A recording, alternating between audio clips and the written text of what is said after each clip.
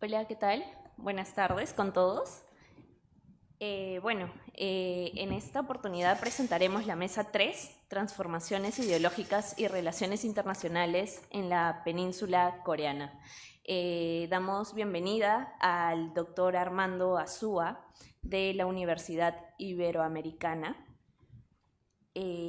Es licenciado en Relaciones Internacionales por la Universidad Iberoamericana, maestro en Estudios Humanísticos por el Tecnológico de Monterrey y doctor en Historia por la Universidad Iberoamericana. Cuenta además con estancias de investigación en la Universidad Autónoma de Madrid, es profesor de tiempo completo del Departamento de Historia en la Universidad Iberoamericana. Ha impartido clases en la Universidad Autónoma del Estado de México, en la Universidad del Valle de México, en el Tecnológico de Monterrey, el Centro de Investigación y Docencia Económica, Instituto Mora y en Universidad Anáhuac. Ha colaborado con diversos medios de comunicación como especialista en temas de Asia. Ha participado en congresos y dictado conferencias en varios países de Europa, Asia y América. Es miembro de la Asociación Latinoamericana de Estudios de Asia y África. Damos la bienvenida a todos los que nos acompañan el día de hoy y también a los que nos acompañan mediante la virtualidad. Damos la bienvenida al doctor Armando Azúa. Aplausos, por favor. Muchas gracias. Y bueno, comenzaré diciendo que me ha parecido interesante lo que he estado escuchando en la mañana. Quizá en algunos puntos lo que yo diga ahora podría generar algún tipo de debate, de diálogo con lo que escuchaba en la mañana de Manuel, de Juan Felipe, pero bueno, para eso estamos aquí, ¿no? Justamente para ir debatiendo y encontrar algunos puntos en común y también, claro, puntos divergentes. Y me llamaba mucho la atención eso justamente, y los menciono, que ahora no veo a Manuel, pero por ahí estará, Juan Felipe, aquí lo tengo justo enfrente, y cuando hablaban sobre el tema de la presencia del confucianismo en la vida cotidiana coreana contemporánea. Yo sí encuentro presente, pero ahí va a hablar un poco mi historiador de formación y diré que, claro, encuentro el confucianismo, como por supuesto que encuentro el militarismo, herencia de los japoneses y encuentro muchas otras cosas. Y bueno, de ahí viene un poco, de ahí deriva un poco la propuesta de esta presentación, que al mismo tiempo debo de mencionar que es resultado de una investigación que he realizado como parte de una propuesta, de una invitación que ha hecho justamente el doctor Juan Felipe López Aimes para la colaboración en un texto sobre el uso de conceptos de diferentes lugares del mundo en las relaciones internacionales, el cual fue muy interesante por la propia propuesta que él nos hizo al invitarnos a colaborar en este proyecto, como lo que yo mismo fui descubriendo y encontrando a lo largo de este camino de investigación. Y bueno, por eso es que lo que traigo básicamente es como resultado de este proceso de investigación que se realizó para el capítulo que me comisionaron para ese libro, que espero que pronto salga, ¿no? Ya Juan Felipe luego nos lo presentará más adelante en otro congreso. Y bueno, justamente hablando de estas escuelas de pensamiento coreanas, el Shilhak, el Sohak y el Donghak, ¿sí? Ideas en pugna ante la transformación de un Choson y su confrontación con Occidente.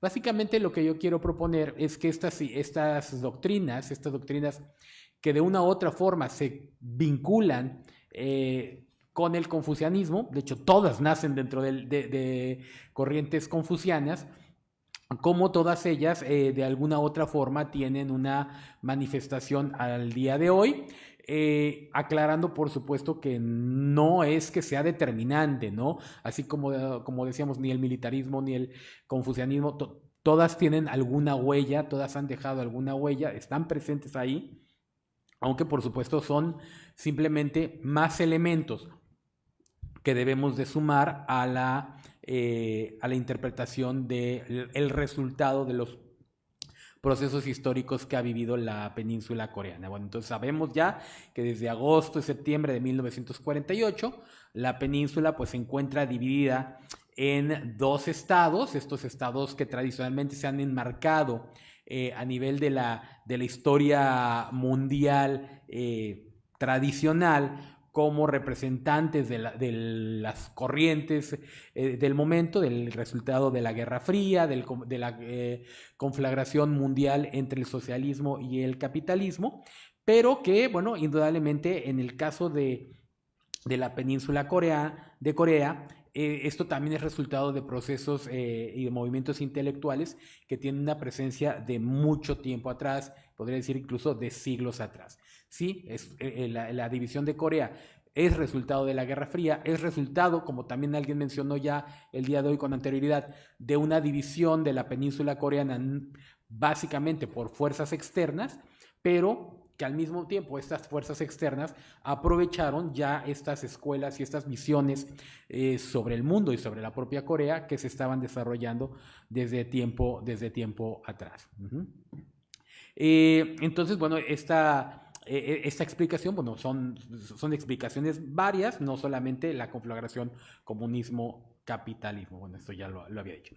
Y bueno, vamos a hablar entonces de estas doctrinas, de estas doctrinas que he mencionado. Y repito, las tres que voy a mencionar, las tres nacen en contextos confucianos, pero van tomando diferentes derroteros, diferentes caminos a lo largo de la historia. Bueno, vamos a empezar haciendo una definición de las tres, una definición muy básica de las tres escuelas, empezando por el Shilhak, el llamado saber práctico, ¿sí? Y esta es una rama confuciana tardía. Y resalto mucho, también aquí José Antonio quizá pueda más adelante decir algo al respecto. Pongo una rama del confuciana tardía, no pongo neoconfuciana.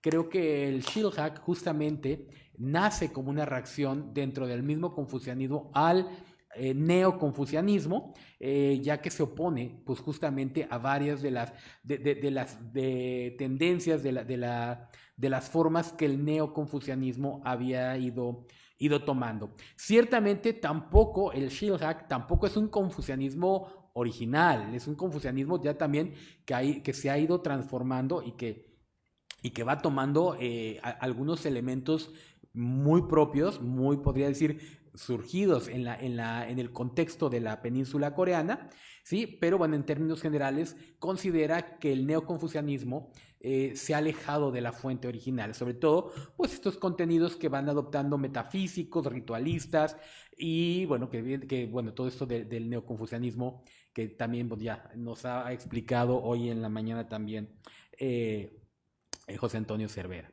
Sí, el Shilhak surge más o menos en el siglo XVII y bueno, también tiene un contexto político en su surgimiento que es en buena medida el rechazo al cambio político que se está dando en China, el cambio dinástico de Ming a Qing, y que es interesante porque Ming ya tenía, por supuesto, que también la propuesta neoconfuciana, pero básicamente va a surgir en el momento que los Yangban, los letrados confucianos, quieren justamente rechazar o quieren cuestionar el por qué seguir siendo vasallos, por qué seguir siendo leales a la nueva dinastía, a la dinastía Qing, y pues bueno, el cuestionar el neoconfucianismo se parece que será una forma bastante aceptada y por eso volver a un intento de volver a las fuentes que por supuesto tampoco lo van a lograr, ¿no? Entonces, bueno, el Joseon del siglo XVIII es un país que tiene una cierta estabilidad política, económica, aparentemente está estable, pero también ya tiene algunos síntomas de que esta estabilidad, que es lo que aparentemente se ve, ya empieza a ser más débil, ¿no? Sobre todo hay que recordar que en el siglo, justamente siglo XVI, siglo XVII, Corea, Choson, sufrió invasiones primero de Japón en la guerra del Imjin, y más adelante en el siglo XVII la invasión manchú, que justamente es la que vendrá a hacer que Choson cuestione, o que los letrados de Choson cuestionen el por qué seguir siendo o por qué seguir estando en la órbita china, ¿sí?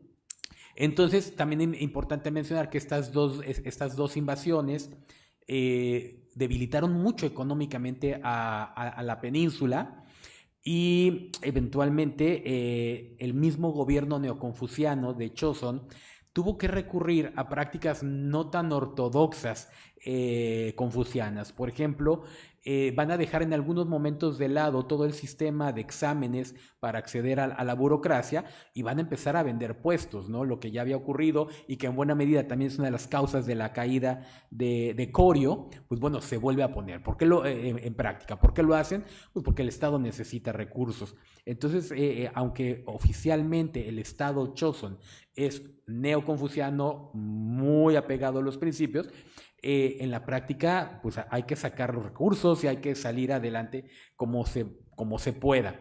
Y pues justamente eso lleva a una contradicción que estos Jamban, que serán los que proponen el pensamiento Shilhag, van a sacar, ¿no? Como un Estado neoconfuciano que se dice tan ortodoxo, tan defensor de estos principios, ¿por qué no está actuando? Dice una cosa, pero en el fondo pues la práctica los lleva a actuar de otra manera.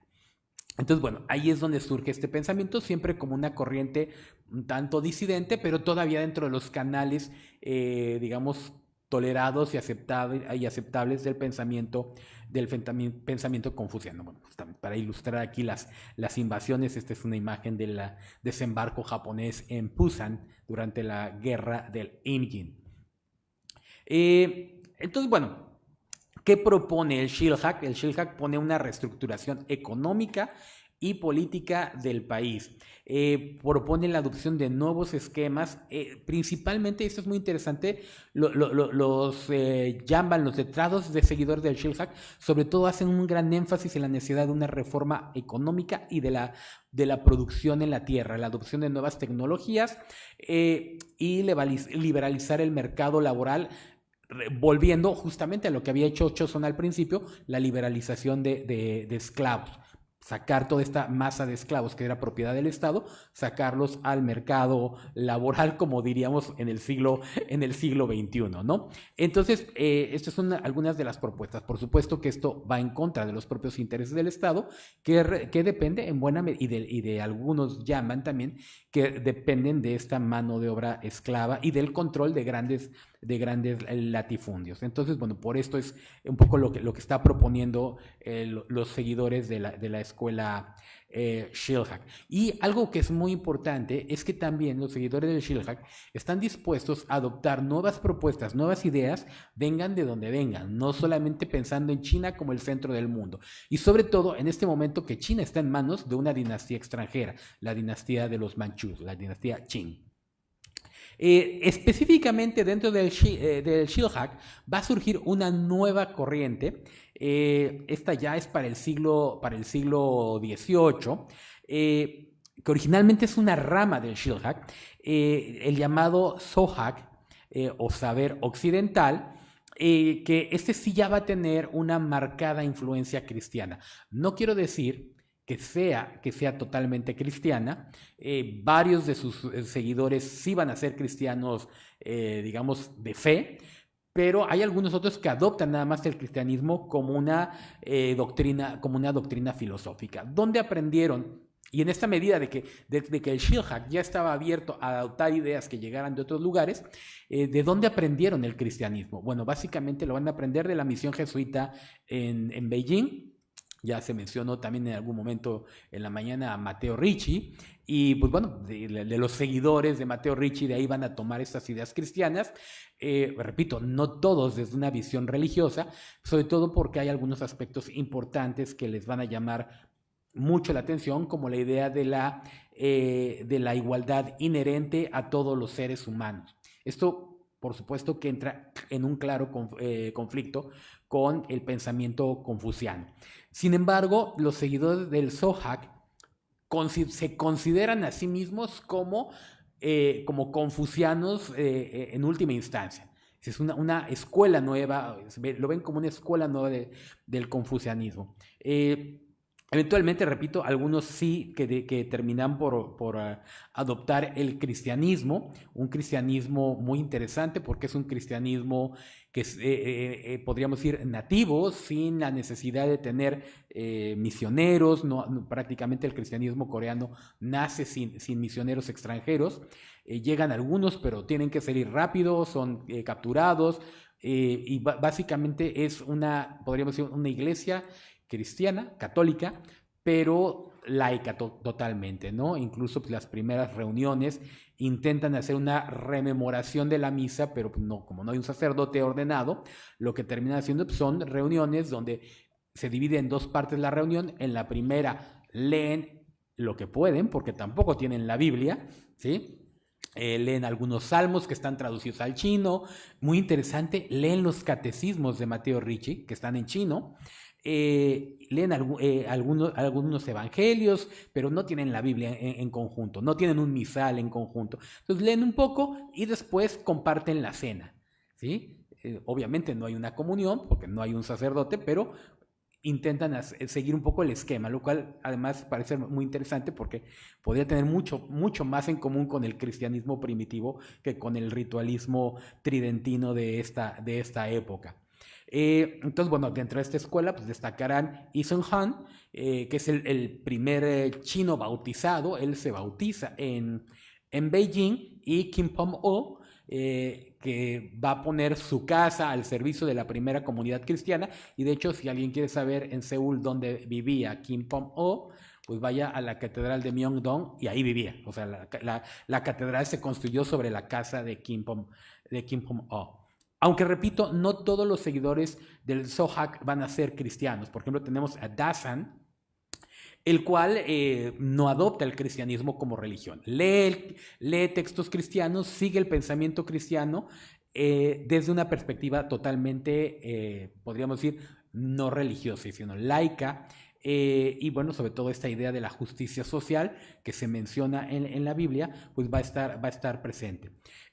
Ciertamente el Sohak va rápidamente a caer en desprestigio social porque se opone abiertamente a los valores confucianos del culto a los ancestros, y bueno, terminará por arrastrar también al Shilhak, que los dos terminarán por perder el reconocimiento y la libertad de ser seguidos por la gente.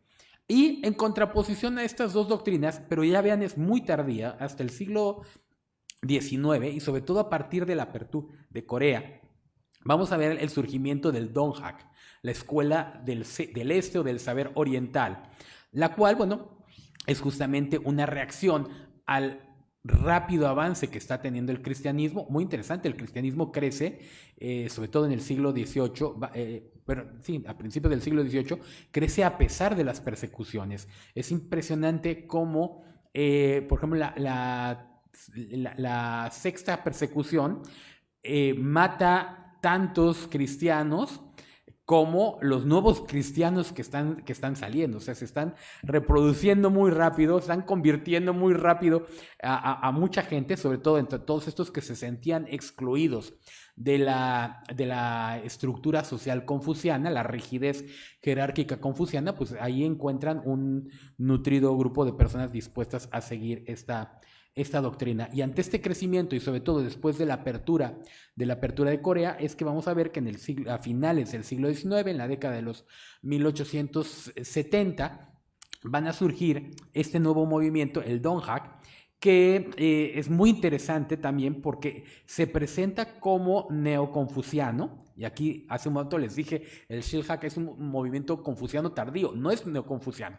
El Donghak sí se presenta como un movimiento neoconfuciano, pero que además va a incluir más elementos, tanto budistas, como que el neoconfucianismo ya los tiene, como también del Mugyo, de la tradición chamánica.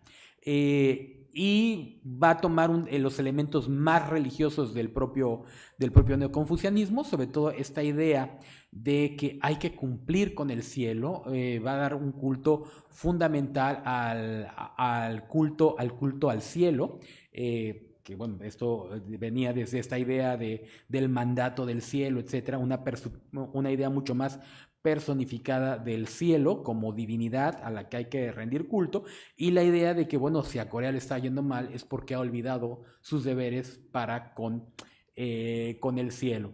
Entonces, bueno, repito, esto surge en la década de los 60, 70, en la medida que Corea se está abriendo, y también vamos a ver que la influencia que ellos leen, porque está claro que están muy en contacto con lo que está pasando en China, el conocimiento de la guerra del opio y de todas las guerras de invasión que está sufriendo China van a favorecer mucho el pensamiento del Donghak. El fundador de este movimiento, Cho Ye-un,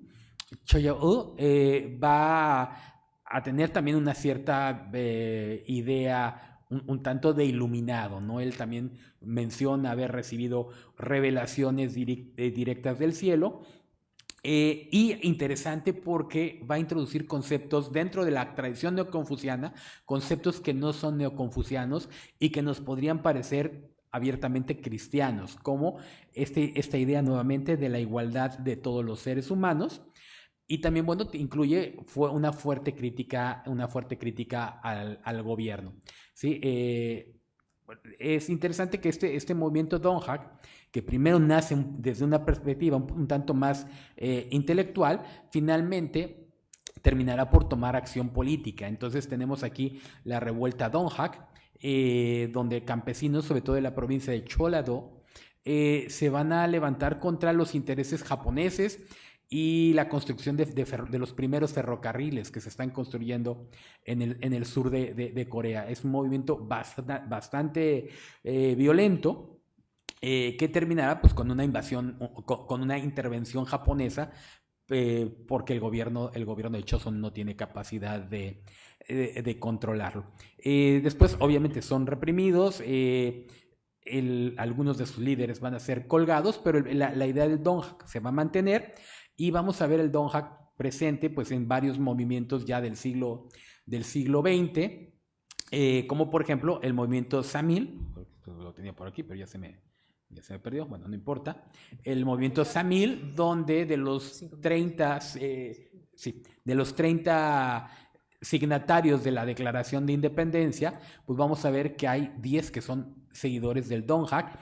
Y también en el siglo XX el Donghak se va a consolidar como una iglesia, y pongo esta palabra que nos puede sonar muy occidental. El Donghak se organiza en la iglesia del Chondongyo, lo cual es muy interesante porque si justamente tenían un fuerte sentimiento anticristiano, el Chondongyo toma una estructura de una iglesia protestante. O sea, no es cristiana, por supuesto, pero su estructura es el de una iglesia protestante. O sea, toman la inspiración directamente del enemigo.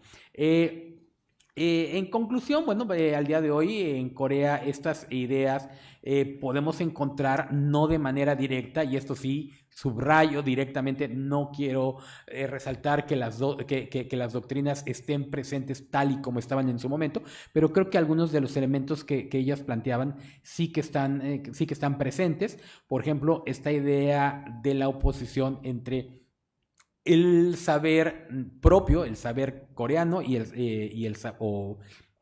coreano y el saber importado. También, bueno, resaltando que la influencia, por ejemplo, del Sohak, si este saber cristiano, pues bueno, ha sido clave en la fundación de la propia República de Corea, pensando que el propio Lee Suk-man era cristiano, y que intentó darle desde la propia Declaración de Independencia un matiz claramente cristiano a la República de Corea. Recordando que incluso en la proclamación de la República de Corea, en su asunción al poder, juró sobre la Biblia. Esto es muy significativo, un país que en ese momento no tenía ni remotamente, bueno, como no lo tiene el día de hoy, una mayoría cristiana. Entonces, bueno, de alguna forma estas ideas del Shilhak, del Sohak, han ido marcando algunos elementos de la fundación de la República de Corea. En el caso de Corea del Norte es mucho más difícil encontrar esto, porque ciertamente el marxismo es una doctrina occidental, entonces podríamos ubicar el marxismo dentro de las doctrinas que podrían haber sido bien recibidas por el Shillhack. Sin embargo, yo encuentro que dentro de la República Popular y Democrática de Corea, también algunos elementos del Donghak sobreviven, recordando, por ejemplo, que en la República Popular y Democrática de Corea, el Chondongyo, esta religión derivada del Donghak, es oficialmente la religión más seguida, con cerca del 13% de la población, y que goza de una cierta protección estatal, al tener incluso un partido político oficial registrado, claro, totalmente alineado a las propuestas del Partido de los Trabajadores, de los Trabajadores de Choson, el partido oficial del Estado.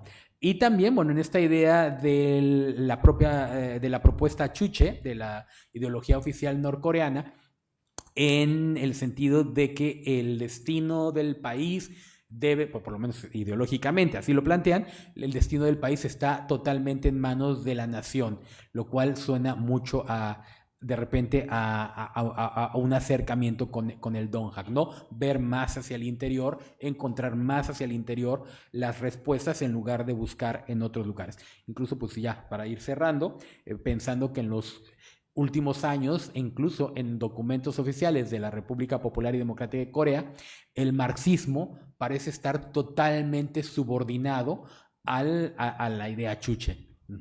Y bueno, con esto concluiría justo a tiempo. Bueno, gracias. Muchísimas gracias, doctor, por su participación y su ponencia. Les comento que las preguntas que tengan se dará al final de las tres ponencias. Damos la bienvenida al bachiller Julián Rodríguez Velarde con la ponencia La única persona que tiene derecho sobre mi cuerpo y futuro soy yo. El levantamiento de la mujer en la era colonial. Julián Rodríguez Velarde, bachiller en Comunicación para el Desarrollo de la Pontificia Universidad Católica del Perú, recientemente completó un diplomado en estudios coreanos en la Universidad de El Salvador y ha llevado diversos cursos en el School Program of Latin America of Korean Foundation. Es miembro del grupo de investigación José León Herrera, Estudios Asiáticos en el Perú. Su trabajo de investigación busca explorar la evolución de las tradiciones asiáticas desde sus raíces históricas hasta su influencia en la globalización, promoviendo un diálogo intercultural que enriquezca la comprensión de las culturas contemporáneas. Démosle una bienvenida con unos aplausos. Gracias.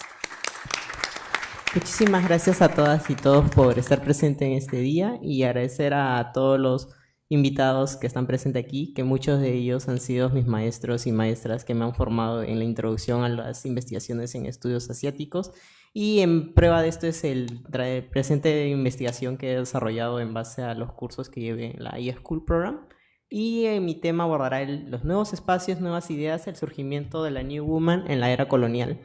Pero para ello he decidido abordar este contexto un poco desde sus orígenes, y quiero abordar un poco el tema de por qué una nueva mujer surge en la era colonial, pero cuáles son los antecedentes en este proceso. Por ello quiero abordar un poco el origen de la feminidad coreana moderna, un poco en detalle entrando en seguimiento a lo que abordó el doctor Armando Azúa de estos movimientos y la importancia del cristianismo en este proceso. No obstante, esta, digamos, no podría decir occidentalización, sino modernización de la península que se dio en el siglo XIX, siempre estaba como que liderado principalmente por hombres, y más que todo, ¿qué sucede con las mujeres? ¿Qué rol tomaron las mujeres en estos movimientos como el Shiha, el Donghak? ¿Dónde están presentes? ¿Cuál era el proceso de esta nueva mujer coreana en estos nuevos contextos políticos, sociales y culturales? Y esto se puede rastrear un poco también en el cristianismo, pero de la mano de otro sector.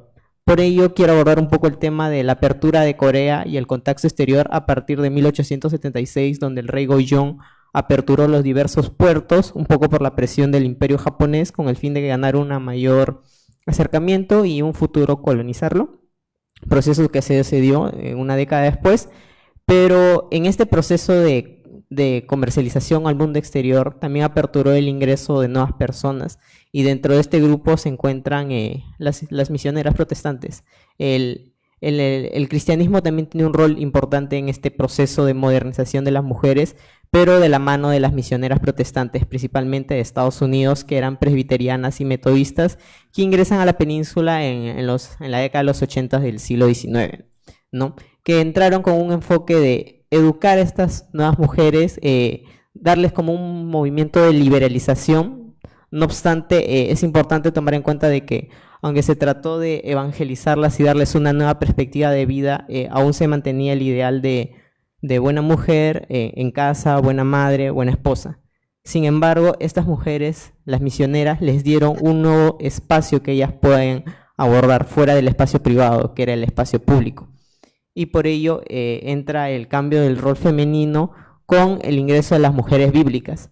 Las mujeres bíblicas eran mujeres evangelizadas, que a la vez de ser evangelizadas tenían el rol evangelizador de llevar la propagación del evangelio cristiano a demás mujeres coreanas. Sin embargo, este proceso de mujeres bíblicas tenía un contexto particular y tiene que ver mucho con el tema de que, por un lado, tenían que saber leer o tener un interés en poder ser evangelizadas, y principalmente se buscaba que sean mujeres viudas o que ya no tengan roles en casa, ya que esto significaba salir de casa e evangelizar en diversas partes. Hay que tomar en cuenta que en este proceso la Corea era muy rural, de modo que muchas de las mujeres que fueron cristianizadas y convertidas en mujeres bíblicas fueron de las zonas rurales.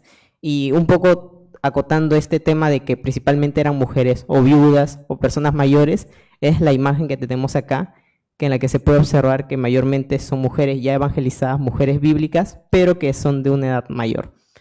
Y no obstante, esta, digamos, evangelización y cristianización que vivieron estas mujeres no solo se limitó a que ellas tenían el rol evangelizador de llevar la palabra de Dios a otras mujeres, sino que también se las educó en niveles básicos de matemática, higiene, cuidados del enfermo, pero lo más importante fue que le llevaron a conocer a estas mujeres nuevos espacios y nuevos roles. No solo podía ser madre, también podía ser una mujer evangelizadora, que podías compartir tu experiencia con otras mujeres. Y acá también entra mucho la importancia de por qué las principales agentes de evangelización en este proceso no fueron tanto las misioneras, sino estas mujeres bíblicas, ya que ellas podían tener un mayor acercamiento hacia las mujeres, ya que podían compartir sus vivencias, sus historias comunes, de modo que el proceso evangelizador era un poco más natural que una mujer, digamos, blanca venga y te hable de el cristianismo o la teoría de la liberación y todo eso, ¿no? De la libertad. Y asimismo, en este proceso de rol femenino está que, además de ser evangelizadoras, estas misioneras crearon las primeras escuelas para niñas, y una de ellas es la Ewha Girls School, que se fundó en 1885, y esta es una de las primeras fotos de la escuela, que empezó a abordarse el tema de la educación de las mujeres desde temprana edad. De una u otra manera, las mujeres bíblicas eran educadas a mayor edad, pero ¿qué pasaba con las niñas? Tenían estas escuelas. Y este es un punto importante de abordar el tema de las niñas, ya que ellas tendrán un rol importante ya en la era colonial, en la década de los 20. Y un poco para acotar, me gustaría abordar una cita que aborda este tema. Un comentario de Juan Sindok menciona: casi todas las mujeres mayores de 30 que habían sido educadas y trabajaban en la sociedad habían tenido contacto con el cristianismo, aunque fuera mínimo. Este contacto mínimo puede ser ya sea a través de sus madres o las escuelas que eran enviadas. Y tomando en este antecedente del cristianismo como fuente de la mujer podía conocer nuevos espacios, ya sean las niñas, la escuela o un nuevo espacio público donde podían ser educadas, las madres, las mujeres mayores también conocían un nuevo espacio público a través de la evangelización, las misiones, y ahí un poco para abordar el nuevo espacio que podían ocupar estas mujeres en este proceso de modernización a finales del siglo XIX. Pero ¿qué pasa en el siglo XX? Esto un poco en un contexto de nuevos espacios e ideales que podían generar el accionar, pero también sería importante abordar el tema de la vestimenta. La organización también toma forma no solo en ideales ni en los espacios en los que frecuentas, sino también en la vestimenta. Por eso la modernización también toma forma con la el cambio del hanbok al estilo occidental o un hanbok moderno. Esto ya adentrándonos un poco en el siglo XX, un poco de contexto histórico es abordar de que el hanbok tiene su origen en el periodo de los Tres Reinos, Goryeo, Silja, Baekje, y más o menos para poder entrar en contexto, la composición del vestuario es un yegori, que es un tipo de blusa, el chima, que es la falda larga que encontramos acá, y el baji es un pantalón que tienen dentro las mujeres y que también lo usan los hombres. Y bueno, un poco abordando de qué significa el hanbok también tenía un contexto de identidad y de ideales. Un poco el tema de la religión está presente, ya que el neoconfucianismo influyó en la restricción y modestia femenina, enfatizando la vestimenta que ocultaba el cuerpo, ya que la decencia y la moralidad se mostraba a través de tu ropa, de modo de que no podías generar provocación con algún elemento de tu cuerpo que podía generar inmoralidad. Sin embargo, dentro de este proceso, el simple hecho de llevar ropa también generaba morbo en los hombres. Un tema ahí. Por eso se usaba varias capas, y también el tema de usar varias capas restringía físicamente el movimiento, ya que la mujer al tener en este proceso del era Joseon el espacio privado que era la casa, el simple hecho de no moverte significaba que tus actividades se limitaban solo al cuidado del hogar y ciertas actividades que solo podías entrar dentro de casa, ya que tu ropa te limitaba en este proceso. Esto más que todo en mujeres de clase media alta de la era Joseon, ya que, digamos, los campesinas no podían tener este proceso. Y bueno, eso conllevaría que la vestimenta era un símbolo de sumisión y confinamiento en el ámbito doméstico. Pero, ¿qué sucede en el siglo XX con el ingreso de la industrialización y el capitalismo, ¿no? Impacta en este proceso de modernización, y al generarse nuevas fábricas, nuevas fuentes de trabajo, muchas mujeres del campesinado de la zona rural trabajaron en estas nuevas fábricas, tiendas, de modo que, como fui comentando, la vestimenta coreana limitaba mucho los movimientos, de modo que sus trabajadores le dieron como que una nueva ropa, y se introdujo el hanbok mejorado, el Karien Shima, que ofrecía una mayor movilidad, que era con un yegori un poco más suelto, un shima un poco más alto, que no restringía el movimiento de los pies. Esto principalmente en las fábricas, ya que se generaba mucho el movimiento corporal. Esto principalmente en mejoras en las fábricas. No obstante, también habían otros roles dentro de otros oficios, como vendedoras, operadoras de ascensores, que trabajaban en telégrafos, que tenían una ropa un poco más moderna y occidentalizada. Y bueno, las personas que ya tenían mayores ingresos y que eran de la clase alta sí se podían dar el lujo de usar ropa occidentalizada. Pero ya podemos ver que en este proceso el hanbok tradicional, como se conocía, se fue dejando un poco por los nuevos espacios que las mujeres estaban ocupando en este nuevo siglo XX, ¿no? Que ya era un periodo colonial del Imperio japonés. Y por otro lado, esta influencia más que todo en las mujeres mayores, en las madres, pero también esta influencia se vio en los uniformes escolares de las niñas que iban a las escuelas, como podemos observar en esta imagen. Esta niña ya usó un uniforme escolar occidental, que es un poco el estilo marinero, que contrasta mucho con la niña a su costado que aún usa el hanbok, pero ahí se puede ver los cambios. Y en esta foto es interesante porque no solo se ve el cambio en la ropa, sino que en el corte de cabello, si se dan cuenta. Mientras que la niña de acá aún mantiene el cabello largo sujetado, ya la niña de acá tiene un corte típico de los años 20, que era de un estilo moderno.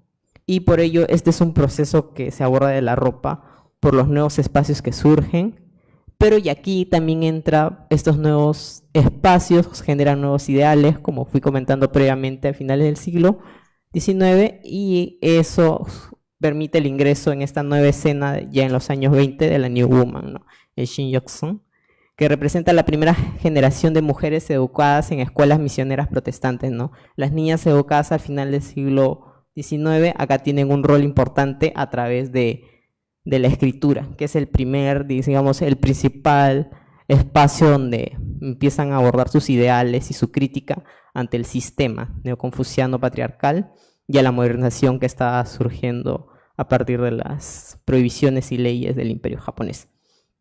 y por ello ellas buscaban desafiar el sistema patriarcal a través de la escritura y la creación de una feminidad moderna. Y durante esta década desempeñaron un papel determinante en una sociedad colonizada por Japón, cuestionando derechos, deberes y responsabilidades femeninas. Y cómo lo hacían, como dije, a través de la escritura, y principalmente esto lo hacían a través de diversos diarios, revistas, periódicos, donde se argumentaba, contraargumentaba estos ideales. Y dentro de uno de los puntos que se podría abordar que se criticaba mucho era la apariencia y las normas de belleza, ya que, como mencioné previamente, en este proceso se desafió mucho las normas de bellezas tradicionales al rechazar al hanbok a favor de prendas occidentales o un hanbok, digamos, un poco más moderno, más estilizado, que permita una mayor movilidad. Y esto conllevó al surgimiento de faldas cortas que dejaban las rodillas al descubierto, tacones altos y sombreros acampanados, como podemos ver en esta imagen de acá, que es parte de una de las revistas de la época, y una imagen aquí al costado, que prácticamente es una representación de lo que se desarrollaba en esa época. Y también el cabello corto, que insinuaba una sutilidad masculina, y la búsqueda de una nueva definición de belleza moderna les otorgó un control sobre su imagen. Ahora la definición de belleza las daban ella y ya no el sistema, digamos, dominante de ese periodo. La búsqueda de una nueva definición de belleza moderna les otorgó control sobre su imagen. Y no obstante, como mencioné, surgió diversos debates sobre la vestimenta en esta década, a través de los medios de comunicación de esta época, ya sean periódicos, diarios, revistas del proceso, ¿no? Que principalmente eran reacciones mayormente en contra de los hombres, pero también habían como que mujeres que estaban en contra de este proceso de modernización, como mujeres a favor de ella. Un poco acá podemos abordar este tema, ya que los reformadores masculinos percibieron su estilo de vida y apariencia como una amenaza a la hegemonía masculina.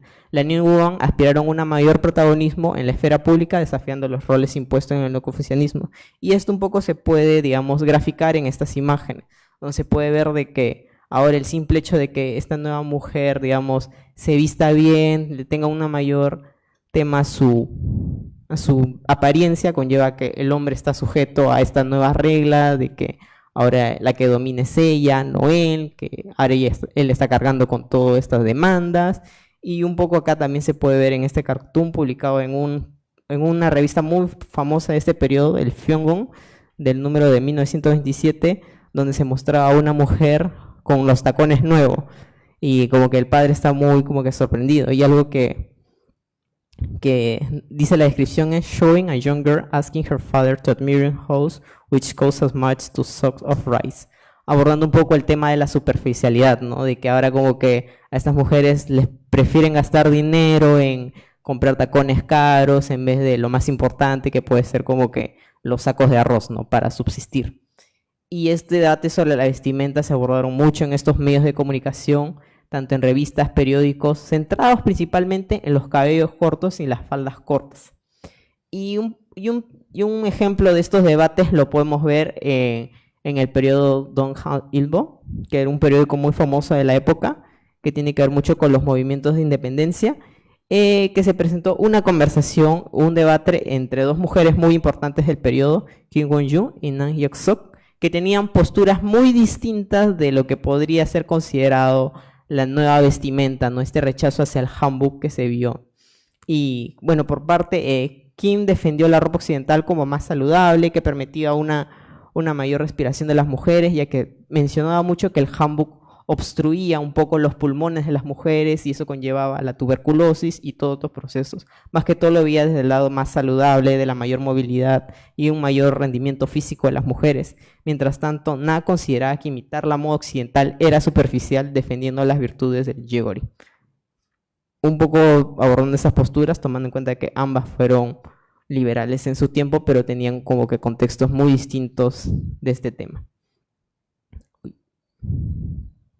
Y bueno, con respecto a otros debates sobre la vestimenta de la década de 1920, es sobre el debate sobre el cabello corto, considerado por algunas mujeres como un acto de resistencia y por su higiene y estética, y además como que era un proceso contrario a lo que los hombres deseaban, como que sutileza y belleza. Y esto principalmente, el debate del cabello corto, se veía como que un poco más conflictivo, ya que, digamos, la influencia que se veía más de este tipo de cortes se veían en las niñas y en las maestras de las escuelas. Por ello, un ejemplo de ello es la opinión de Kim Wan-lan, que argumentó que era un avance para las mujeres y la nación coreana este tipo de cortes. Ella era maestra de estas escuelas misioneras, argumentando que un corte de pelo de unicornio para todos los sexos y edades era un paso adelante para las mujeres y la nación coreana. Y como pueden ver, esto sí se imitaba mucho en las escuelas. Ejemplo de ello lo podemos ver en esta imagen de esta niña que tiene este mismo corte de cabello. Y por otra parte también había argumentos en contra. Un detalle importante es que, digamos, este debate se puede encontrar en la misma revista donde se abordó mucho este tema, la revista Byung-gun. Este es el número de 1928, si no me equivoco, donde se argumenta este detalle. Por otro lado, otro argumento que se da en esta misma revista es la de Kang X-Kwan. Argumentó que el pelo corto de una mujer solo indica el grado en que se ha reducido su inteligencia, abordando estos diversos argumentos, contraargumentos que se abordan. Y un detalle importante es que esto era como que una batalla así de, digamos, en el número 5 yo decía lo siguiente y en el número 8 alguien contraargumentaba esto diciendo lo siguiente, y así en este tipo de revistas, ¿no? Que era como que una de las principales durante las décadas de los 20. Sin embargo, este debate lo estoy abordando desde el lado, digamos, más físico, más corpóreo de la estética, la belleza de esta nueva mujer. Sin embargo, ¿cuáles eran los ideales que deseaban como que argumentar y contraargumentar en este contexto? Por ello quiero abordar un poco los movimientos feministas que surgieron durante la ocupación japonesa. Bueno, diversos movimientos ya habían surgido a finales del siglo XIX, pero tuvieron un mayor impacto en el siglo XX, ya que hubo un mayor número de mujeres educadas, profesionales, y algunas ya tenían experiencia en el extranjero, ya sea en Japón o en países como Europa, Estados Unidos. Sin embargo, todo este proceso tiene un mayor hilo conductor a partir del movimiento de independencia del 1 de marzo como punto clave para la participación femenina que se dio en 1919, donde se dio un mayor conocimiento sobre qué rol tenía que tener la mujer en este nuevo proceso de construcción de nación. Y por ello, la comprensión de que la participación activa requería organización en grupos ideológicamente definidos.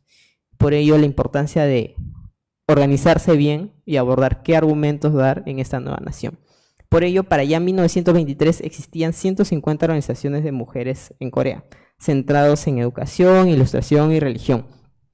Principalmente hubo 3 tipos de movimiento en este proceso: los movimientos liberales, los movimientos socialistas y los movimientos cristianos. Y por otro lado, el socialismo llega también a la península en los años 20, permitiendo un análisis de los problemas estructurales de la represión femenina en otros contextos. Sin embargo, listo un poco para ir cerrando. Quiero abordar un poco 2 movimientos feministas de esa época, las liberales y las socialistas, para poder argumentar qué ideales tenían. Por otro lado, el feminismo liberal fue fundado a partir de la revista Sinjoha en 1920 por Kim Won-ho y sus colegas. Principalmente el enfoque de estas liberales era romper con las costumbres neoconfucianas que habían reprimido a la mujer durante todo este periodo neoconfuciano en la era Joseon, y a partir de ello desarrollar una nueva moral y roles que se ajuntaran a sus demandas y ambiciones propias de la época. Y por ello crearon diversas normas que promueven el desarrollo de la conciencia femenina a partir de ir en contra de estos ideales neoconfucianos que aún estaban presentes en este periodo. Algo a destacar dentro de este proceso es la cita de Kim Won-ho: debemos intentar erradicar las creencias morales tradicionales que se han mantenido durante siglos y establecer nuevas morales racionales que no impidan la igualdad de género. Eso bajo el concepto de las feministas liberales. Sin embargo, las feministas socialistas tenían otro ideal en base a ello, que también era liberar a las mujeres, pero sin embargo era liberar a las mujeres, pero a todas las mujeres sin importar su contexto social. Y un poco sus antecedentes de los movimientos está en el Chosun Jong-Tunho, que fue la primera organización de mujeres socialistas establecidas en 1924. Y acá abordaba mucho el papel de la mujer proletaria y campesina. La liberación femenina no solo se enfocaba en las necesidades individuales, sino también en la de todas las mujeres. Era un movimiento más colectivista que quería incluir a todas. La liberación solo iba a ser posible si todas estábamos presentes en ella. Por eso un detalle que no desarrollaron mucho las liberales, o que no tomaron en cuenta, que su principal énfasis era el tema neoconfucianista, aquí era el tema de la esfera económica como primer paso hacia la liberación. Creencia de que la falta de conocimientos económicos contribuía a la sumisión de las mujeres, ya que de una u otra manera estas mujeres, al haber tenido educación, pudieron generar y estar en nuevas esferas públicas de debate. Sin embargo, hay otras mujeres que aún ni siquiera están en la esfera pública y se mantienen en la esfera privada de sumisión de la casa, y que tiene que ver mucho con el tema económico, ¿no? El simple hecho de no tener independencia económica conllevaban a tener un mayor nivel de sumisión. Y por ello, una de las representantes, Chon Chilson, mencionaba: las mujeres educadas tienen la responsabilidad de ayudar a las mujeres analfabetas y empobrecidas. Y un detalle de esto lo podemos abordar en esta imagen, donde podemos ver a dos mujeres. Por un lado, la mujer, digamos, con recursos económicos, teniendo, digamos, podría mantenerse todavía en la esfera privada, pero tenía mayores libertades que su empleada, ¿no? Que estaba en otra diversa, podría decirse en la misma esfera privada, pero con otras condiciones muy distintas a la de ella, que se puede ver hasta en la propia vestimenta. Y bueno, en conclusiones que podría abordar sería de que, por un punto, en el contexto de la apertura de Corea en el mundo en 1876, ingresaron nuevas ideas sobre el rol de la mujer impulsadas por misioneras protestantes que fomentaron la educación y la participación femenina en la sociedad al finales de este siglo, que generó un mayor empoderamiento femenino. Las mujeres coreanas empezaron a entender que podían tomar control sobre sus propias vidas, ampliar su participación más allá del ámbito doméstico. Asimismo, en este proceso del ámbito doméstico hay que tomar que las niñas, al ser educadas, permitían que las mujeres tengan más tiempo libre, de modo que podían aprovechar ese tiempo libre de las niñas en el colegio para poder recurrir a nuevos espacios.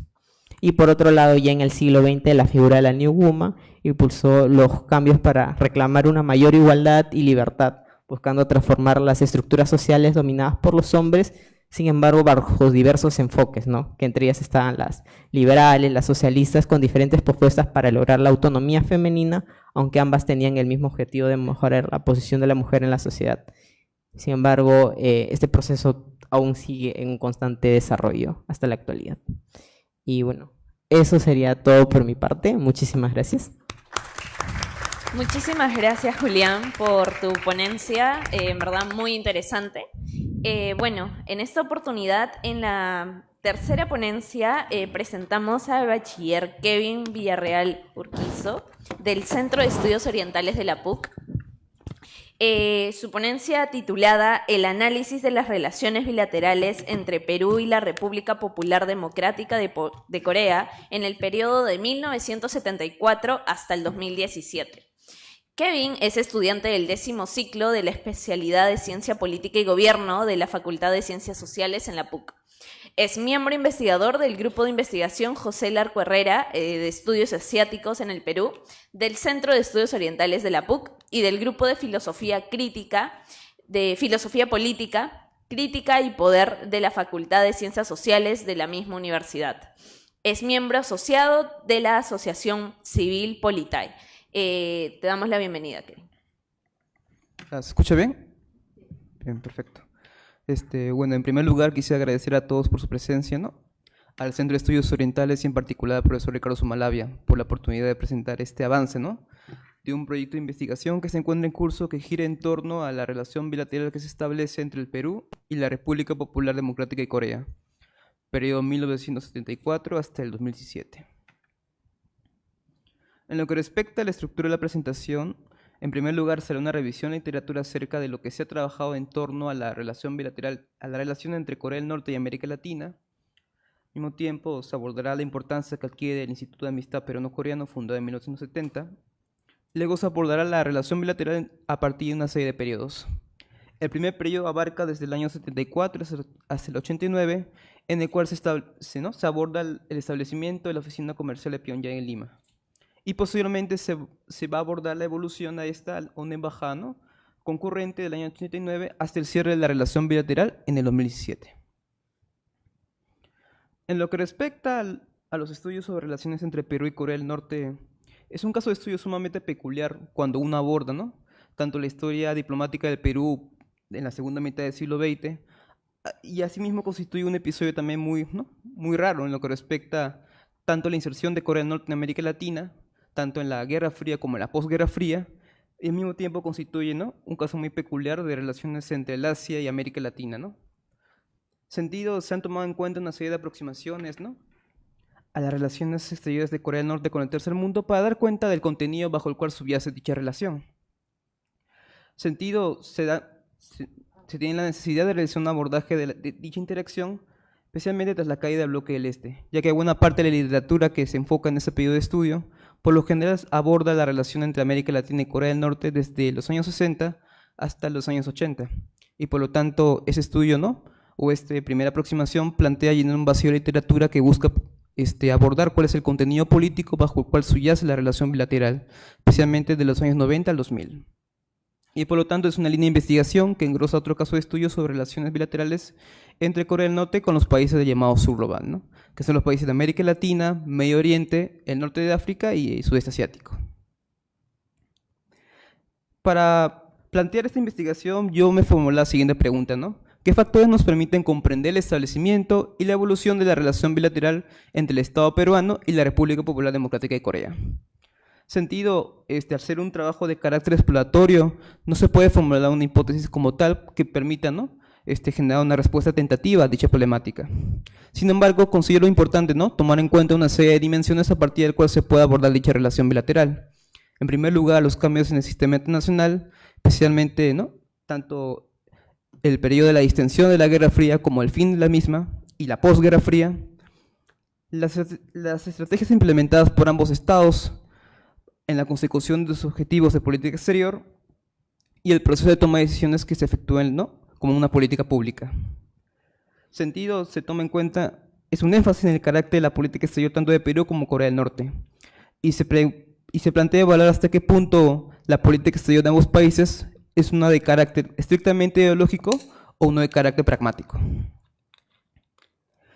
Acá, este trabajo se enmarca dentro de los estudios del Foreign Policy Analysis, el cual es una estrategia metodológica que busca abordar el contenido de la política exterior a partir de una serie de niveles que yo había planteado previamente. Un nivel individual, que se enfoca más que todo en los policy makers, un nivel estatal que toma en cuenta las dinámicas internas, ¿no?, propias de la burocracia, así como de los objetivos en política exterior, y un nivel estructural, que se enfoca en relaciones de poder dentro del sistema internacional. Y como ya había comentado previamente, de antemano no establece una hipótesis preliminar, por lo que su carácter exploratorio nos permite profundizar en nuestro caso de estudio sin limitar su rango de variables. Tomando en cuenta, por ejemplo, muchos casos de estudio, tanto en América Latina como en Asia y África, es más que todo una documentación de archivos, ¿no?, del Ministerio de Relaciones Exteriores, a partir del cual se busca, ¿no?, establecer el contenido bajo el cual subyace dicha relación bilateral, aparte de los intercambios que existen entre Cancillería y la Embajada de Corea del Norte, ¿no? Se establece una serie de criterios para evaluar, ¿no?, el grado de rigurosidad de las fuentes, como el cuándo, el dónde, el acontecimiento como tal, los personajes principales, cómo pasó y la consecuencia, y al mismo tiempo para evaluar el contenido bajo el cual subyace, ¿no?, bajo el cual se expresan dichos documentos. Se establecen momentos tanto deductivos como inductivos para dar cuenta de la historia diplomática entre ambos países. En lo que respecta a las relaciones entre Corea del Norte y América Latina, hay que tomar en cuenta los objetivos concretos de política exterior de Corea del Norte, ¿no? La inserción de Corea del Norte se establece a partir de la competencia por el reconocimiento internacional con Corea del Sur, la cual es una competencia que se establece desde una mirada de suma cero, ya que el reconocimiento de Seúl implicaba de antemano negar cualquier tipo de reconocimiento que se le pueda otorgar a Pyongyang, especialmente durante la década de los 60. Existen episodios muy particulares como lo que implicó, ¿no?, el reconocimiento de relaciones bilaterales entre Chile y Corea del Norte durante el gobierno de Allende, pero es una cuestión que voy a abordar más adelante. Al mismo tiempo, la inserción busca profundizar los vínculos de solidaridad con movimientos de carácter antiimperialista, especialmente con movimientos guerrilleros durante la década de los años 60. Al mismo tiempo, se busca fortalecer relaciones de carácter comercial, más que todo para mantener una idea que está muy presente, ¿no?, dentro de la ideología Juche, que es el sostenimiento de su propia autonomía, especialmente después de los eventos de la Guerra de Corea y al mismo tiempo de la ayuda que los países del bloque del Este brindaron a Corea del Norte para la reconstrucción nacional. Y al mismo tiempo tiene como objetivo, ¿no?, generar un atractivo militante hacia los países del llamado tercer mundo, ¿no?, más que todo para establecer el reconocimiento internacional que tan importante es Corea del Norte, ¿no?, de cara, ¿no?, a su enfrentamiento con Corea del Sur. En sentido, para abordar dicha relación, toma en cuenta la estrategia diplomática, el esquema planteado por Lowe, el cual establece una serie de dimensiones a partir del cual se puede evaluar la relación bilateral. En primer lugar, hay una estrategia de diplomacia popular, diplomacia, ¿no?, cultural, en el cual la cultura es una variable importante en lo que respecta al acercamiento entre aquellos pueblos bajo los cuales el coreano tiene como público objetivo y el propio Estado norcoreano. Por otro lado, se encuentra una diplomacia por invitación, el cual tiene como objetivo realizar el contacto especialmente con militantes de izquierda en América Latina, en los cuales se les invita tanto a sesiones del Partido de Trabajo de Corea como por actividades internas dentro de Pyongyang, los cuales ambas estrategias, tanto la diplomacia popular como la diplomacia por invitación, sirven como puerta de entrada a partir de cual se puede establecer una diplomacia de carácter gubernamental, los cuales se pueden expresar bajo dos modalidades. En primer lugar, el establecimiento de una oficina comercial y en segundo lugar, y a un mayor nivel, el establecimiento de una embajada concurrente. Cuando uno aborda las relaciones entre Corea del Norte y América Latina, un vacío en la literatura es que no se tiene en cuenta una periodización. En ese sentido, tomando en cuenta, en primer lugar, ¿no? La literatura en torno a la relación de Corea del Norte con el tercer mundo, y en segundo lugar, los periodos bajo los cuales se divide, ¿no?, la política exterior de Corea del Norte, yo he planteado esta periodización. En primer lugar, tenemos desde el año 60 al 70, en el cual se establecen los primeros vínculos extraoficiales.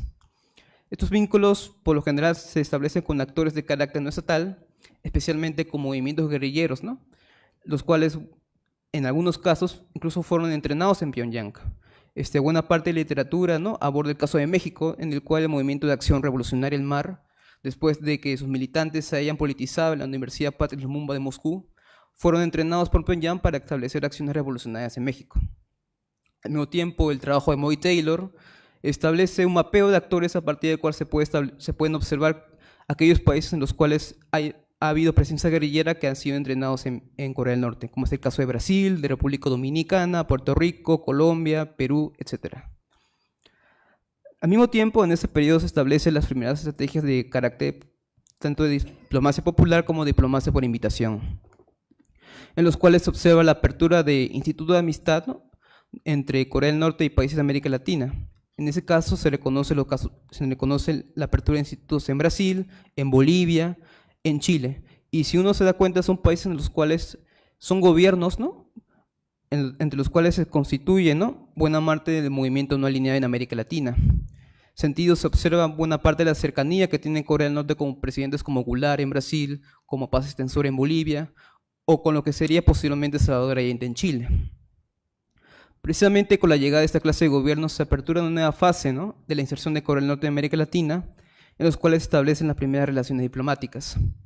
Sentido, el caso de Chile resulta bastante particular, ya que una vez que el Parlamento chileno, ¿no?, designa a Salvador Allende como el presidente electo, si uno observa buena parte de la documentación que existe entre, ¿no?, la comunicación entre la embajada surcoreana con Estados Unidos, se observa que buena parte, ¿no?, de uno de los objetivos de Corea del Sur ha sido tratar de dilatar lo máximo posible, ¿no?, un reconocimiento diplomático entre Chile y Corea del Norte, pero sin necesidad de establecer un rompimiento de relaciones bilaterales.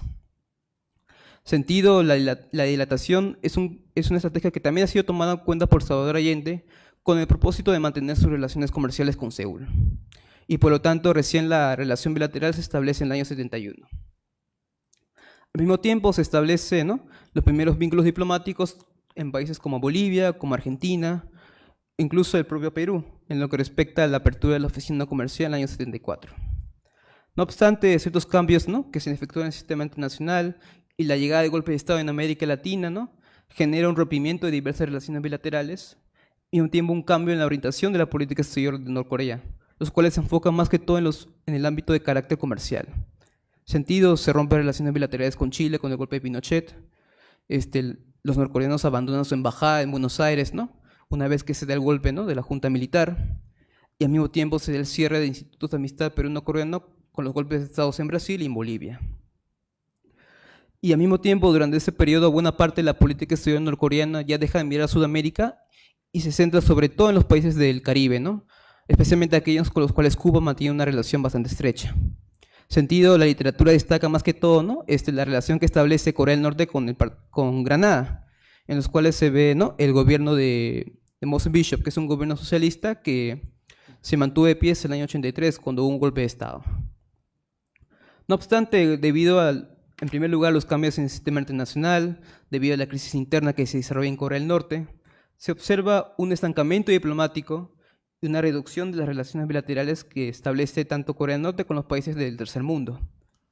Sentido, se observa la necesidad de Corea del Norte de sobre todo mantener sus relaciones de carácter comercial, más que todo a partir del año 94, cuando entra una crisis económica bastante atroz, ¿no?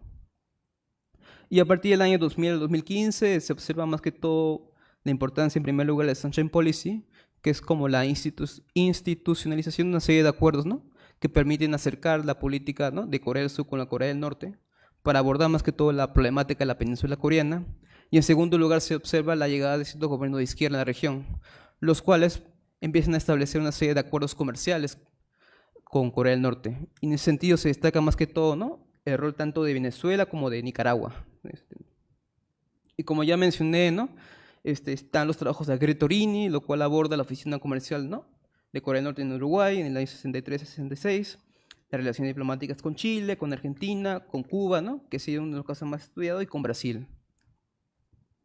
No, también hay otros casos de estudio, dicho sea de paso, pero me he centrado más que todo en estos países para dar cuenta de esa unidad continental, ¿no?, de las relaciones entre Corea del Norte y el continente sudamericano. Y ahora, para más que todo matizar al caso planteado, una institución que es bastante importante en la relación entre Perú y Corea del Norte es el Instituto Cultural y de Amistad Peruano-Coreano. Sentido, se destaca más que todo la visita de militantes comunistas a Pyongyang en el año 69. Están Genaro Canero Checa, Ángel Castro, Manuel Jesús Orbegoso, Orrillo y Arrieta, los cuales al año siguiente fundan el Instituto Cultural de Amistad Peruano-Coreano. Su primer presidente ha sido Ángel Castro, el cual en el año 80 ha sido candidato a la vicepresidencia con Hugo Blanco. Y al mismo tiempo entre sus militantes se encuentran figuras importantes propias de la izquierda peruana como Maruja Roque, Arturo Corcuera y General Ledesma, ¿no? Es una institución que se encuentra adscrita al Instituto de Amistad Coreano-Latinoamericano, la cual toma en cuenta buena parte de las experiencias que han sido recogidas tanto en la Unión Soviética, China y Checoslovaquia, ¿no?, en lo que respecta a la apertura del Instituto de Amistad, los cuales reflejan más que todo una estrategia de diplomacia popular y por invitación, los cuales buscan establecer un mayor contacto entre la diplomacia norcoreana con el público peruano, el cual sirve como una puerta de entrada, ¿no?, para el establecimiento de relaciones formales entre Perú y Corea del Norte. Si uno observa acá la imagen, ¿no?, es el Instituto de Amistad Peruano-Coreano, una actividad de los años 80. Acá con una chompa amarilla se observa al poeta Arturo Corcuera, ¿no?, en la participación de las actividades internas. Y acá se ve a la figura de Ángel Castro, ¿no?, que ha sido como una de las figuras más importantes, ¿no?, y como comenté previamente, ha sido, si mal no recuerdo, también diputado, ¿no?, por Izquierda Unida en los años 80. Y en buena parte de esas oficinas es donde se establecieron los primeros contactos formales, ¿no?, entre miembros de la diplomacia peruana, de la Cancillería, y más que todo para tratar de formalizar las relaciones formales entre Perú y Corea del Norte, lo cual se logra a partir de la firma de un acuerdo comercial en el año 74. Hay una serie de factores que nos permite comprender por qué se ha suscrito dicho acuerdo comercial. En primer lugar, el periodo de extensión de la Guerra Fría, ¿no?, genera una mayor apertura tanto para los países de América Latina como para Corea del Norte en el establecimiento de relaciones de carácter diplomático y de carácter comercial. Al mismo tiempo, había un acuerdo en común entre el gobierno militar y al mismo tiempo Corea del Norte en lo que respecta al apoyo a movimientos de liberación nacional, tanto en África como en el sudeste asiático. Al mismo tiempo, ambos estados tenían la necesidad de profundizar sus vínculos diplomáticos, pero sobre todo con aquellos vinculados con el movimiento no alineado, ¿no? Y en cuarto lugar, como ya había mencionado previamente, ¿no?, la necesidad de establecer una apertura comercial con otros actores más allá de sus vínculos, ¿no?, inmediatos. En el caso de América Latina, se buscaba más que todo profundizar sus vínculos con los países del bloque soviético, con China y también con Corea del Norte, y en el caso de la República Popular se busca establecer relaciones de carácter diplomático tanto con Asia, África y América Latina. Y en una conversación peculiar que yo tuve con Camilo Gretorini, que es el actual director de estudios, ¿no?, coreanos en la U de Chile, él me hizo una pregunta que a mí me resulta bastante sugerente, ¿no? Si uno aborda la relación bilateral entre Argentina, Chile, Uruguay, ¿no?, con Corea del Norte, se observa que una vez que se establece tanto el gobierno de Allende, el gobierno de Perón y el gobierno del Partido Nacional, se establece una relación formal casi de inmediato, en cuestión de meses. No obstante, en el caso peruano se observa una demora de cerca de 6 años en lo que respecta, en primer lugar, al golpe de Estado del 68 y el establecimiento de las relaciones comerciales. Yo yo considero como un factor importante a tomar en cuenta son las disputas internas, ¿no?, en el seno del gobierno militar, en lo que respecta al establecimiento de relaciones formales entre actores. En ese sentido, se observa dentro del gobierno militar posturas muy radicales, como el caso de Velasco, de Mesa, que ha sido el canciller, ¿no?, de Velasco hasta el año 73, y Mercado, que ha sido como su ministro de Trabajo. Al mismo tiempo se observa posiciones mucho más derechistas, ¿no?, que es de la de Morales Bermúdez y Tantalián. Lo más curioso de esto es que si bien en el año 73, debido a la enfermedad de Velasco, actores como Mesa y Mercado ya no tienen tanta participación en el gobierno, ¿no?, y es donde el régimen militar asume posiciones más conservadoras, precisamente es que en ese segundo periodo donde se profundiza la relación bilateral, ¿no?, con Corea del Norte. Y por ejemplo acá se ve una parte de la documentación, ¿no? Se observa la primera dirección con la cual se apertura la oficina comercial, que es el Hotel Ribeira en Lima, y que es la representación comercial de Corea del Norte, aprovecha, ¿no?, la oportunidad para reiterar al Ministerio de Relaciones Exteriores de la República del Perú el testimonio de su más alta consideración, ¿no? Este es uno de los primeros documentos, ¿no?, de los cuales se tiene registro, a partir del cual se establece la comunicación tanto entre la representación comercial de Corea del Norte con Cancillería. En lo que respecta a las primeras acciones en el ámbito diplomático, se observa la misión de la República Popular en la Conferencia de Ministros de Relaciones Exteriores de los países no alineados, celebrada en Lima en agosto del 75. Previamente a esta cumbre, ¿no?, se estableció el primer contacto diplomático formal, ¿no?, entre cancilleres de Perú y Corea del Norte en Belgrado, ¿no?, en el marco del movimiento no alineado. Al mismo tiempo, cuando uno revisa la documentación, se observa la conmemoración de fiestas patrias peruanas en Pyongyang en el 75. Y es por ese sentido que buena parte, ¿no?, uno de los mensajes que yo he interceptado, ¿no?, entre la embajada norcoreana, mejor dicho, la representación comercial de Corea del Norte con Cancillería, se establece la necesidad de establecer estos acuerdos de carácter cultural, más que todo para promocionar las relaciones tanto en Lima como en Pyongyang.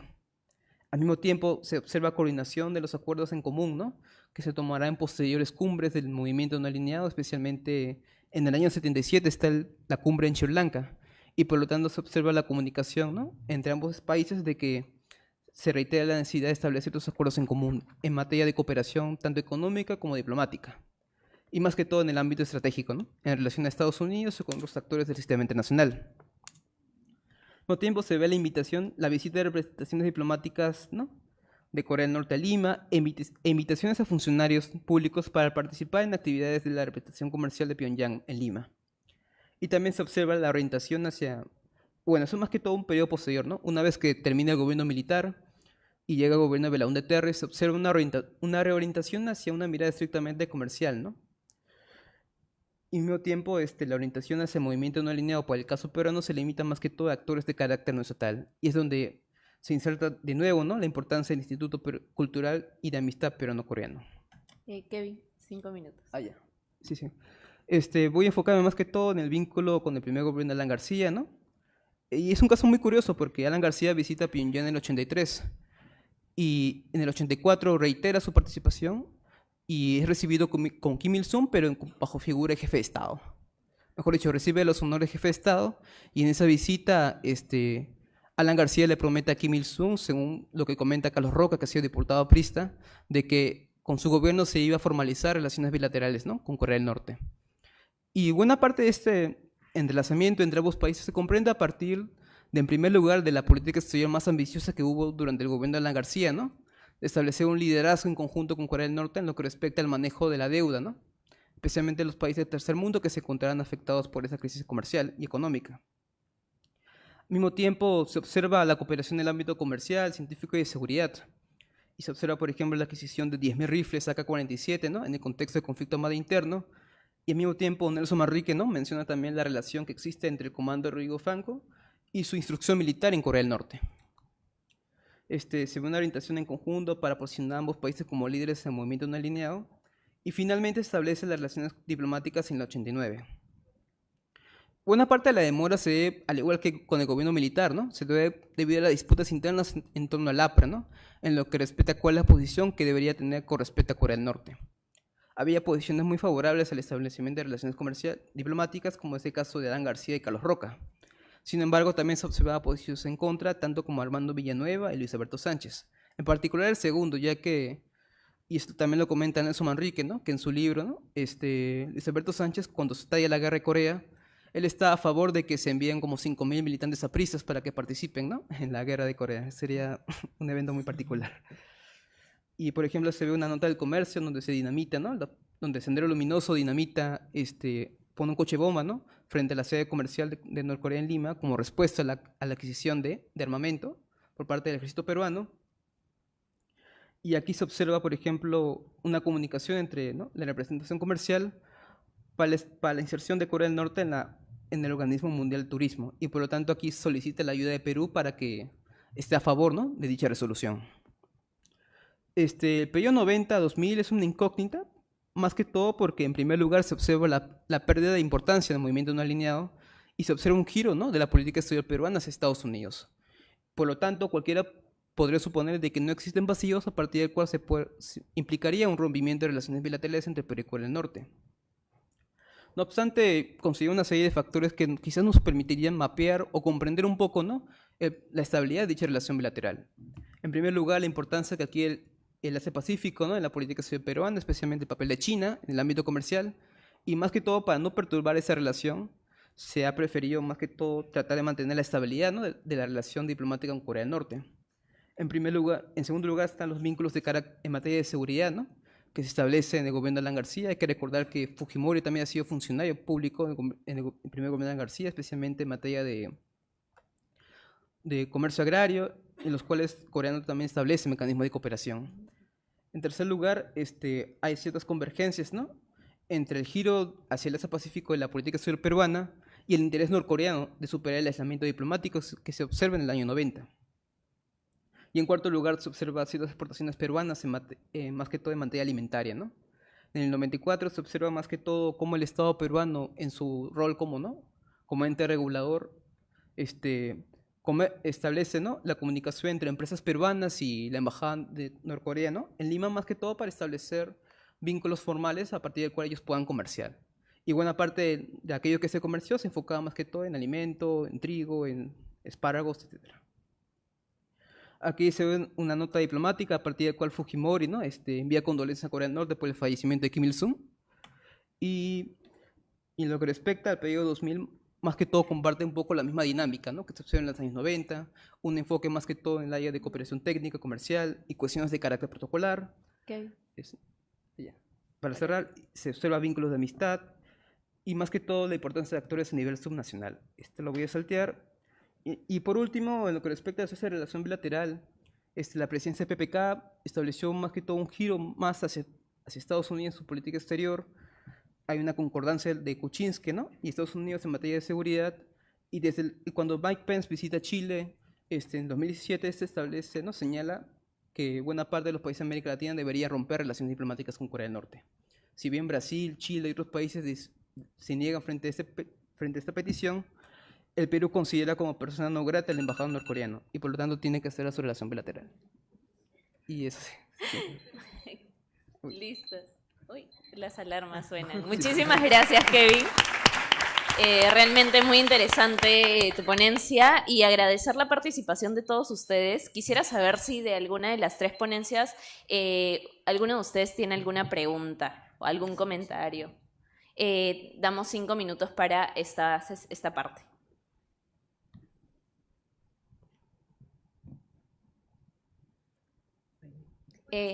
Sí. Para el doctor Armando Artúa, está interesante su ponencia que había el hecho de que haya habido una evangelización cristiana católica en Corea, ha facilitado el ingreso de la ola Hanyu a Latinoamérica, porque también practicamos esa misma religión, bueno, una religión similar a esa. Sí, bueno, quiero decir que hay un número muy importante de iglesias cristianas en América Latina que utilizan el Hallyu como medio para acercarse a la población. Creo que es un poco fuera de lo que yo estaba hablando, pero sí es cierto. O sea, y les pongo un ejemplo así clarísimo. Cuando yo estuve estudiando coreano, mi maestra era peruana en México y estaba en México porque era parte de una iglesia cristiana. De hecho, se había conocido en Corea con su esposo mexicano y su cuñado estaba en un coro de la iglesia en Corea. O sea, sí. O sea, definitivamente el cristianismo ha... Más bien, yo lo pondría al revés. El Hallyu ha permitido la entrada de iglesias cristianas coreanas en América Latina. Más bien lo pondría en ese sentido. Muchísimas gracias. ¿Otra pregunta? Sí, usted.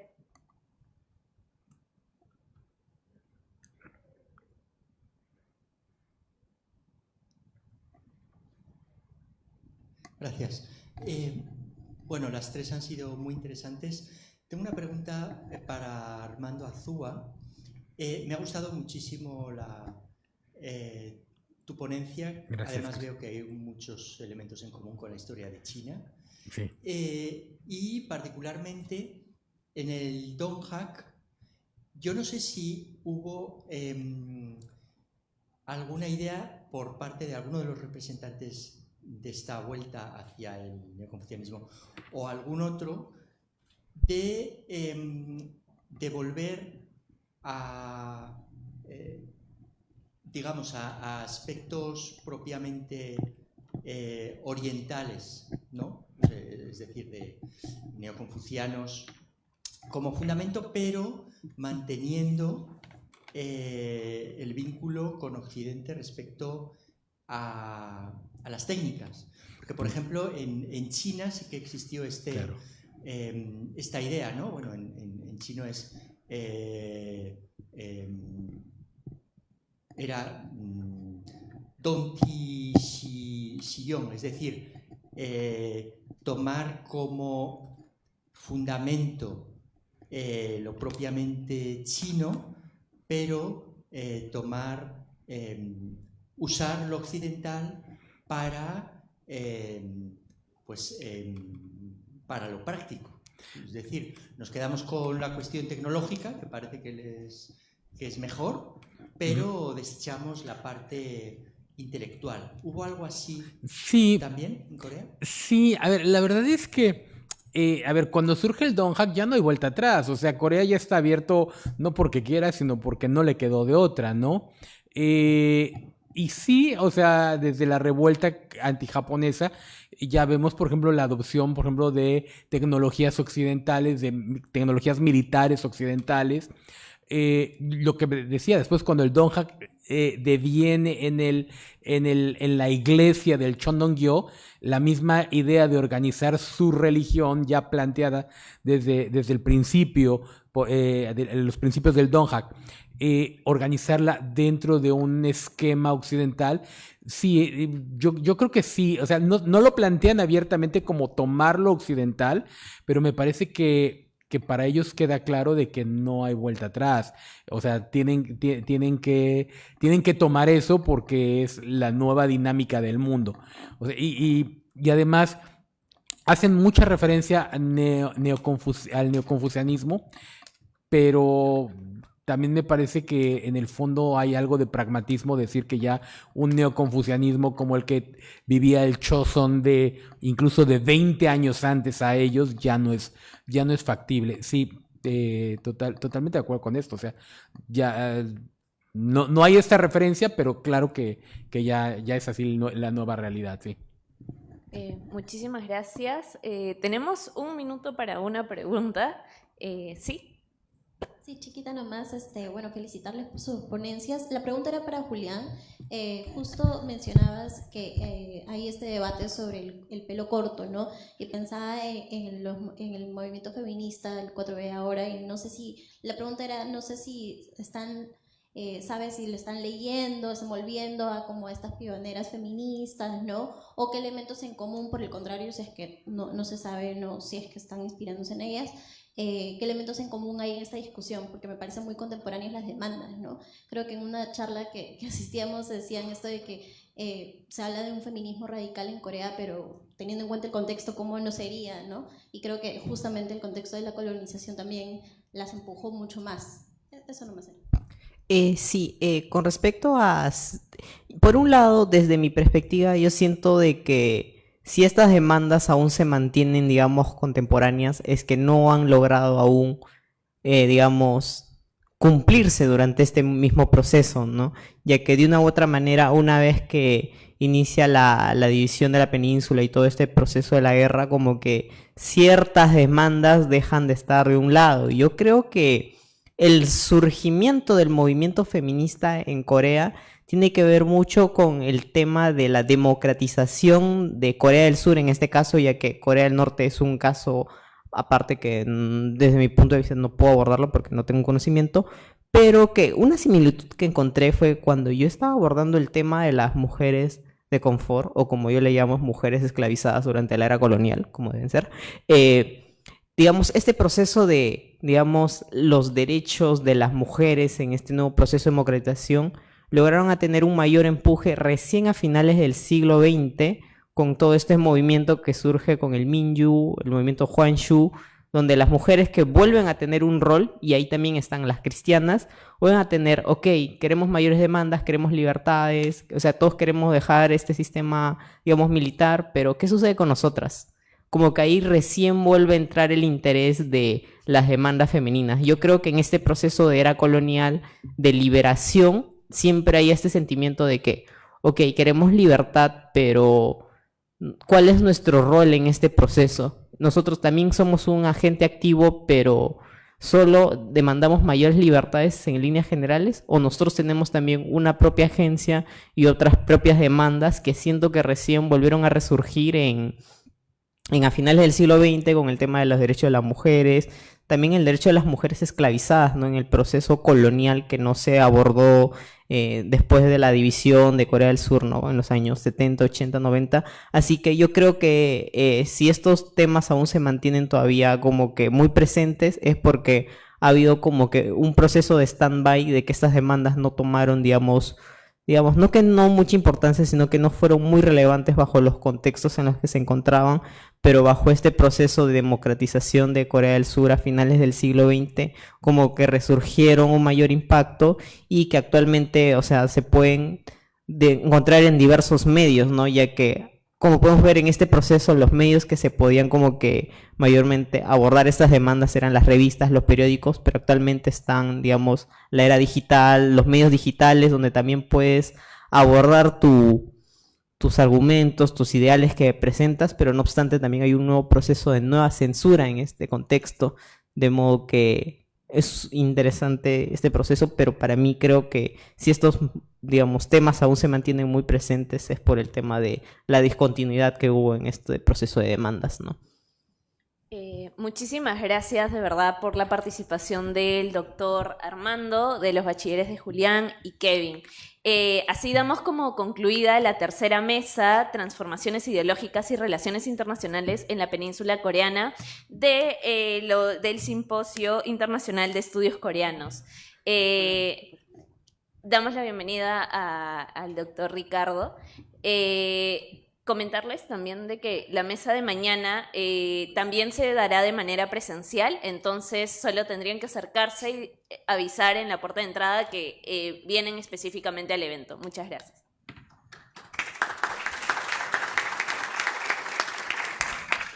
Bueno, agradecemos a la mesa que acaba de concluir. Vamos a pasar a una breve etapa de presentaciones del libro. Agradecemos a Kevin, al profesor Armando Suárez, pedimos que se quede aquí, porque justamente es uno de los libros que se va a presentar. También invitamos al profesor Juan Felipe López Saimes. Agradecemos también a la moderadora por haber bien llevado la mesa que acabamos de escuchar. Muchísimas gracias, Luciana.